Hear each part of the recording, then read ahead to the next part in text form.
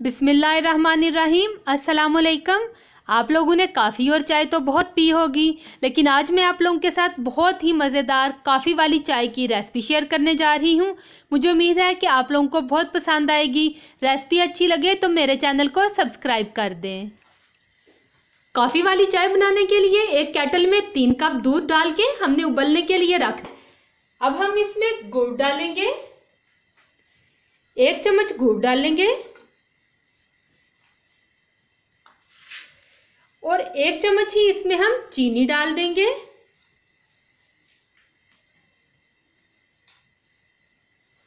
अब हम इसमें 1/2 चम्मच कॉफी डालेंगे,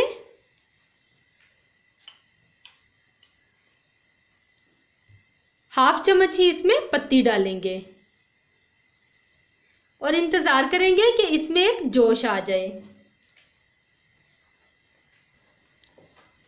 चाय में जोश आना शुरू हो गया है। अब हम इसको 3 मिनट के लिए उबलने देंगे।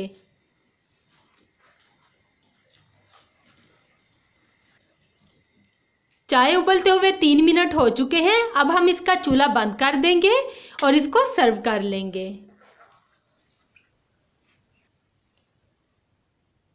सर्दियों में गर्मा गर्म कॉफ़ी वाली चाय से लुत्फ़ उठाएं और मुझे कमेंट करके ज़रूर बताइएगा कि आप लोगों को मेरी ये रेसिपी कैसी लगी। मुझे दीजिए इजाज़त। अल्लाह हाफिज़।